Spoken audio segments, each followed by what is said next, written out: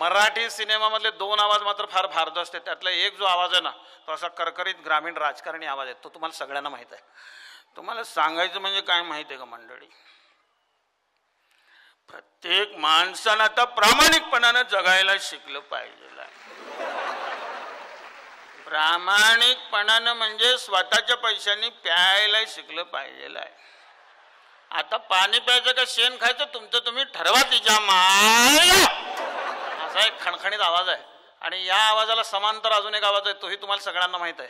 तोही असा तत्वज्ञानी शुद्ध भारदस्त आवाज आहे. म्हणजे मला या ठिकाणी असं म्हणायचं आहे की महाराष्ट्रामधली जी प्रायोगिक रंगभूमी वगैरे जी काही आहे, या रंगभूमीच्या ऊर्जितावस्थेसाठी प्रत्येक मराठी माणसाने तर काहीतरी करायला हवं.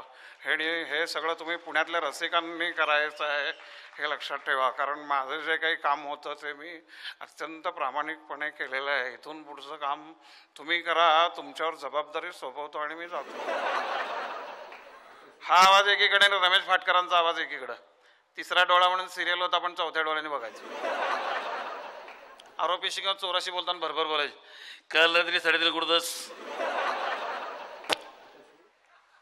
काल रात्री 3:30 कुठं होतात असं म्हणायचं त्यांना.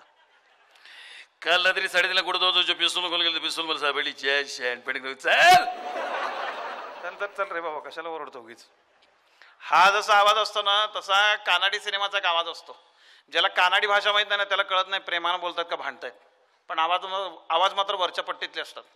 मोच्छ भाई ಇಲ್ಲಾಂದ್ರೆ ನಿನ್ನ ಕುತ್ತಿಗೆ ಚಕ್ಕತೀನಿ, ನಿನ್ನ ಸಂಪತ್ತಿಗೆ ನನ್ನ ಸವಾಲು, ಯಾಕಲೆ स्वच्छ ಬಂದದ ನಿನಗೆ.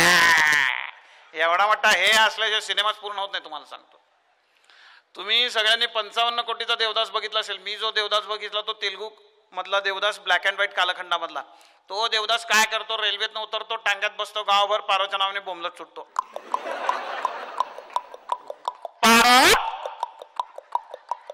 पारो ఎక్కడ ఉన్నాడు पारो, నాన్న వచ్చింది पारो.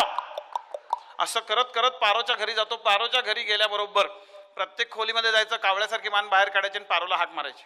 पारो पारो पारो पारो. पारो देवघराचं, ते देवघरामध्ये पटकन बाहेर येते. यावंडी ఇప్పుడు వచ్చిన నావా ఎక్కడ వచ్చిన నావా ప్రేమించావా. ओ पारो. हा लव सीन आहे.